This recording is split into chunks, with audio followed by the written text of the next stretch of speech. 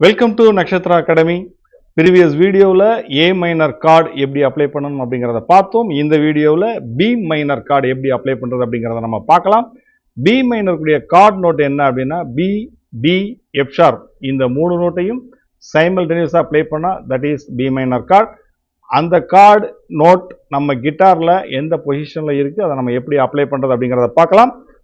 First string second fretல apply பண்ணோம்னா first finger la F sharp, then second string third fret la second string apply பண்ணீங்க அப்படினாக்கா அது D note. அடுத்தது third string fourth fret la fourth finger apply பண்ணீங்கனா அது B note.